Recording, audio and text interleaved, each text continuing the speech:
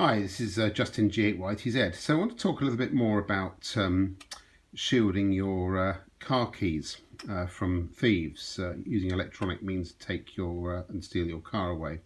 I covered shielding the key in an RF bag, which is a very practical system, but you might of course forget to put your keys in a bag. Now, supposing you've got a house with a reasonable sized driveway and away from neighbours, then this is another technique you could use, and basically it's a jamming transmitter or a denial of service from the radio side. Now, this is a little 433.9 megahertz transmitter, available very cheaply. You can buy 3 of these and the appropriate data receivers as well for £5 on Amazon.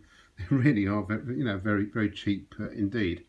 And all I've done is connected power supply up to this and a 9-volt battery as an illustration. It's very low power, it's 10 milliwatts, similar power, a bit more actually than the key. And if you use this to transmit, you will find that it'll jam out the car key. And what we're going to do is demonstrate that this afternoon. So the first thing we're going to do is connect this to a power supply and just demonstrate the frequency it's operating on with the frequency counter on the right, and of course the radio receiver on the left, so you can hear the carrier wave. There's basically 3 inputs. One is the ground connection, one is the positive voltage around about 5 to 10 volts, and the yellow connector is actually the data input. Because it's AM, these little transmitters, you need to have the data connector also connected to 12 volts, or you can put data in it, up to you. So anyway, here we go. So here we are. I've got the little board connected to a 9-volt battery, and if we look at the frequency counter, we can see this thing's transmitting on roughly 433.9 megahertz, 433.885 actually, but that's all right. And obviously the squelch on the receiver is down, and take the battery off, and of course there's no signal anymore. So that all seems to be working. We're sending out a carrier wave just to show you how I've wired it up. But basically there's a ground pin, and it's a VCC pin and a data pin. So the VCC and the data are wired positive on a 9-volt battery, and the ground pin is wired to obviously the negative terminal on the battery. And that's basically it. These units, as I say, they're a £5 for 3, including the receivers. So they're not exactly going to break the bank, about 80p each. So let's go and see if it works with the car. Well, here we are, the little transmitter. I haven't even got an aerial on it. There is actually a little pin here to put an antenna connection onto it, but here it is, connected up and walking out to the car. Keys in the pocket as it normally is, so as you walk up the car should open. And as you can see, the car's not opening at all. The minute I disconnect the battery, the car's going to open. So it's providing a very effective jamming signal for the key system in the car.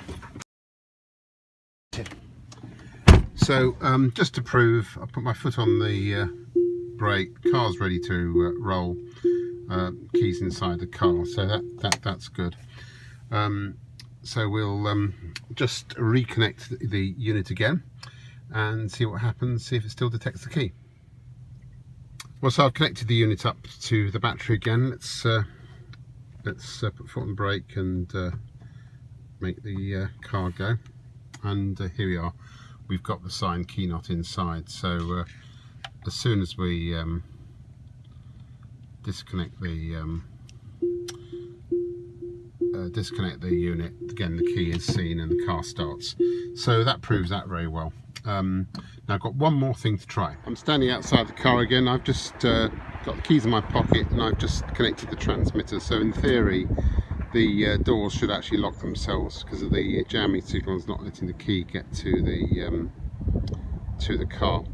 Take a few seconds of course, but hopefully that'll work, and we'll see the car lock itself in a few seconds, about 20 seconds or so if I remember right.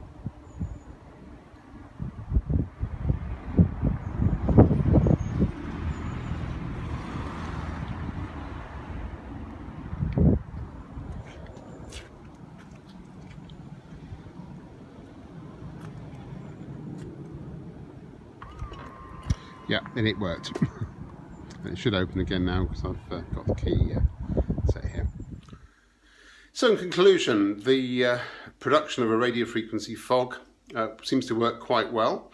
You can get those modules for 868 megahertz as well, so you could create a fog for 868 and for 433.9. Obviously you're not allowed to cause interference to others, so you can only really use this technique if it's, you know, you have maybe a number of cars and you have a driveway which is a long way, or a house that's a long way from other houses, you live in the country or something.